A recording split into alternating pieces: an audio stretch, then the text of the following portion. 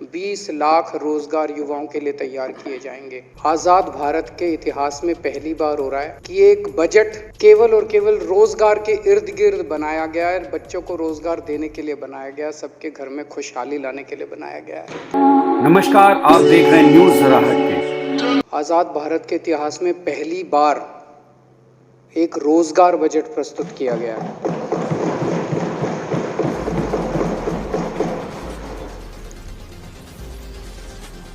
रोजगार की समस्या तो आज़ादी से ही है। 1947 में देश आज़ाद हुआ था, तभी से हमारे युवाओं की रोजगार की समस्या रही है, कभी कम कभी ज़्यादा।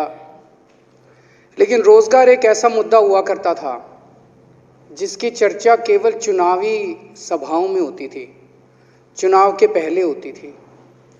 हर पॉलिटिकल पार्टी चुनाव के पहले कहती थी हम आए तो हम 5 लाख नौकरी दे देंगे, हम आए तो हम 10 लाख नौकरी दे देंगे, ये कर देंगे वो करो। फिर चुनाव जीतने के बाद कोई बात नहीं करता रोजगार की, उसके बाद तो फिर बंदर बांट होती है।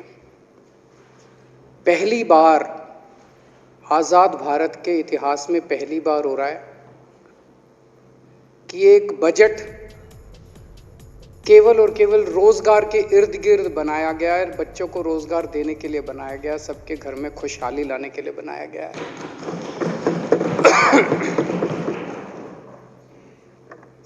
इसके पहले अभी कुछ दिन पहले पंजाब में एक ईमानदार सरकार बनी, आम आदमी पार्टी की सरकार बनी, और उसके नतीजे 10 दिन में ही देखने को मिले कि पहली कुछ घोषणाओं में से एक घोषणा थी कि वहाँ पे 25,000 सरकारी नौकरियाँ निकाली गई और 1 महीने में उनकी भर्ती चालू हो जाएगी। 35,000 कर्मचारियों को पंजाब में पक्का करने की घोषणा की गई। और अब दिल्ली के अंदर एक बजट लाया गया है जिसमें 20 लाख, 5 साल में 20 लाख, ये विधानसभा के अंदर हमारा कमिटमेंट है। ये चुनावी 20 लाख नौकरियां 5 साल में देने की तो किसी ने चुनाव के पहले भी हिम्मत नहीं करी थी। यहाँ तक कि उत्तर प्रदेश, बिहार जो इतने बड़े बड़े राज्य हैं, जहाँ पे इतनी बड़ी बड़ी उनकी जनसंख्या है, वहाँ भी कोई पॉलिटिकल पार्टी ये नहीं कहती चुनाव के पहले भाई हम आए तो हमको वो दो, वोट दो, हम 20 लाख नौकरियां दे देंगे। बजट जो प्रस्तुत किया गया उसमें पूरा खाका डिटेल में पूरा तैयार किया गया है कि किस तरह से अगले 5 साल के अंदर 20 लाख रोजगार युवाओं के लिए तैयार किए जाएंगे। जब से ये बजट प्रस्तुत किया गया है अध्यक्ष महोदय, इतने फोन आ रहे हैं, युवा इतने खुश हैं, केवल दिल्ली के नहीं देश भर के युवा खुश हैं कि कम से कम देश की दिशा इस डायरेक्शन में तो आने लगी। अब जैसे हम मोहल्ला क्लिनिक बनाते हैं तो सारी राज्य सरकारों को अच्छे बनाएं बुरे बनाएं, बात तो करनी पड़ती है मोहल्ला क्लिनिक की। हम लोग स्कूल अच्छे करते हैं तो अच्छे करें बुरे करें, सारे देश में चर्चा तो हो ही गई।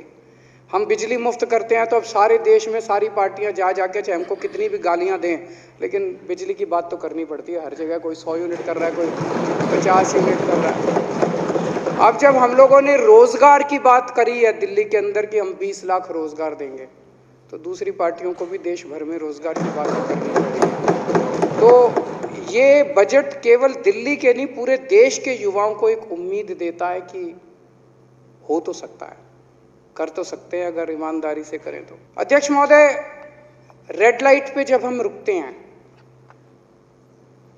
रेड लाइट पे गाड़ी रोकते हैं, कितने सालों से चला आ रहा है कि वहां पे बच्चे हम देखते हैं भीख मांग रहे हैं, बच्चे भीख मांग रहे हैं। कोई बच्चा आता है हमारी खिड़की पे नॉक करता है, हम अपनी खिड़की की शीशा नीचे करते हैं, या तो दुत्कार देते हैं उसको, 2 गाली दे के भगा देते हैं, और किसी में दया हो तो वो जेब से निकाल के थोड़े से उसको पैसे दे देता है। उसको लगता है भाई मेरा काम तो हो गया, पुण्य कमा लिया मैंने। कितने सालों से चला आ रहा है, कितने सालों से चला आ रहा है, किसी ने उनके लिए कुछ किया? कई सरकारें आई, अभी तक जो किया उनके लिए वो मैं बताता हूं। कुछ सरकारों ने एंटी बेगिंग एक्ट निकाल दिया कि अगर कोई भीख मांगेगा तो जेल में डाल देंगे। अभी तक तो यही करा कि अगर कोई भीख मांगेगा तो जेल में डाल देंगे। क्यों? उन सरकारों में इंसानियत की कमी थी।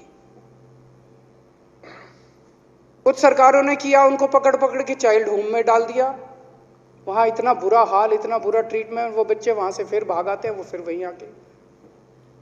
आप ये देखो, कई जगह आपने देखा होगा, ये बच्चे सड़क के किनारे एक गोल चक्कर लेके और उसमें से कैसे कलाबाजी खा रहे होते हैं। उनकी बॉडी आपने देखी है कितनी फ्लेक्सिबल है। मेरे को तो लगता है अगर उनको थोड़ी सी ट्रेनिंग दी जाए, ओलंपिक का अवार्ड ला सकते हैं ये बच्चे। हैं तो अपने देश के ही, किसी ने ध्यान नहीं दिया इन बच्चों की तरफ। हमारी पार्टी की विचारधारा है इंसानियत, हमारी पार्टी की विचारधारा है देश प्रेम। इसीलिए इस बजट में हमने इन बच्चों के लिए शानदार, मैं कह रहा हूं पूरे देश के अंदर प्राइवेट भी देख लेना स्कूल, सबसे शानदार स्कूल बनाएंगे। 10 करोड़ रुपए में बोर्डिंग स्कूल बनाएंगे इन बच्चों के लिए। इन बच्चों के लिए बोर्डिंग स्कूल बनाएंगे, हॉस्टल में रहेंगे, ये 24 घंटे वहीं रहेंगे। इनका साइकोलॉजिकल, इमोशनल सारा देखा जाएगा, उनको बेस्ट एक्सपर्ट्स लेके आएंगे, बेस्ट टीचर्स लेके आएंगे, और यही बच्चे देखना एक दिन आपको ओलंपिक के अवार्ड ला के दिखाएंगे। आज दिल्ली के अंदर मुझे बेहद खुशी है, ये हमारी विचारधारा की वजह से, कि हमने दिल्ली में आज ऐसी व्यवस्था की है कि चाहे कोई गरीब हो, चाहे कोई अमीर हो, किसी को कोई भी बीमारी हो, कैसी भी बीमारी हो, एक तरफ तो हमने सारे सरकारी अस्पतालों को शानदार कर दिया, शानदार सरकारी अस्पताल हो गए। अब कई अमीर लोग भी अपना इलाज सरकारी अस्पतालों में कराते हैं। एक तरफ तो सरकारी अस्पताल अच्छे कर दिए, मोहल्ला क्लिनिक खोल दिए, खूब सारे सरकारी अस्पताल बन रहे हैं, अस्पतालों की कमी नहीं छोड़ी, पॉली क्लिनिक बन रहे हैं, और दूसरी तरफ सबका इलाज, सारा इलाज फ्री कर दिया, दवाइयां भी फ्री, टेस्ट भी फ्री। हमारे लिए देश सबसे ऊपर है। अभी भगवंत मान जी की प्रधानमंत्री जी से मीटिंग हुई। मीटिंग में भगवंत मान जी ने सीधे सीधे प्रधानमंत्री जी को कहा कि सर, पंजाब एक बॉर्डर स्टेट है, देश की सुरक्षा, बॉर्डर की सुरक्षा हमारे लिए सर्वोपरि है। इसीलिए आज मैं आपको ये एश्योरेंस देने के लिए आया हूं कि अगर बॉर्डर की सुरक्षा का, देश की सुरक्षा का कोई भी मसला होगा, उन्होंने कहा मेरे नेता केजरीवाल जी और आम आदमी पार्टी और पंजाब सरकार पूरी तरह से आपके साथ हैं, केंद्र सरकार के साथ मिलकर काम करेंगे। उन्होंने कहा मैं एश्योरेंस देने आया हूं कि हम देश की सुरक्षा के साथ किसी किस्म की राजनीति नहीं होने देंगे, कोई राजनीति नहीं होगी। तो देश के लिए हम किसी किस्म की राजनीति नहीं करेंगे। देश की जब भी बात आएगी, हमारा शरीर का एक एक कण, हमारे खून का एक एक कतरा हमारे देश के लिए समर्पित है। जब भी जरूरत पड़ेगी हम देश के लिए हर कुछ करने के लिए तैयार हैं। अध्यक्ष महोदय, आज देश का आम आदमी खड़ा हो गया है। जब दिल्ली में हमारी सरकार बनी, हमने स्कूल अच्छे किए, अस्पताल अच्छे किए, सड़कें अच्छी की, बिजली मुफ्त कर दी, बिजली 24 घंटे कर दी, पानी फ्री कर दिया, पानी घर घर पहुंचाया। ये बात पूरे देश में फैल गई। पूरे देश के लोगों को लगा यार हो तो सकता है, करा नहीं इन्होंने अभी तक, 75 साल में इन्होंने करा नहीं, हो तो सकता है। तो कामों को लेके पूरे देश में एक उम्मीद जागी।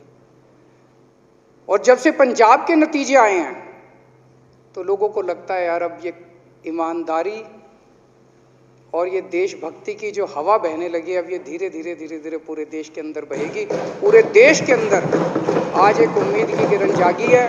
पूरा देश खड़ा हो रहा है, एक आम आदमी इस देश का खड़ा हो रहा है। अब ईमानदारी और देशभक्ति की लहर जो है ये पूरे देश में फैलेगी। मैं इस बजट का पूरी तरह से समर्थन करता हूं। बहुत बहुत शुक्रिया।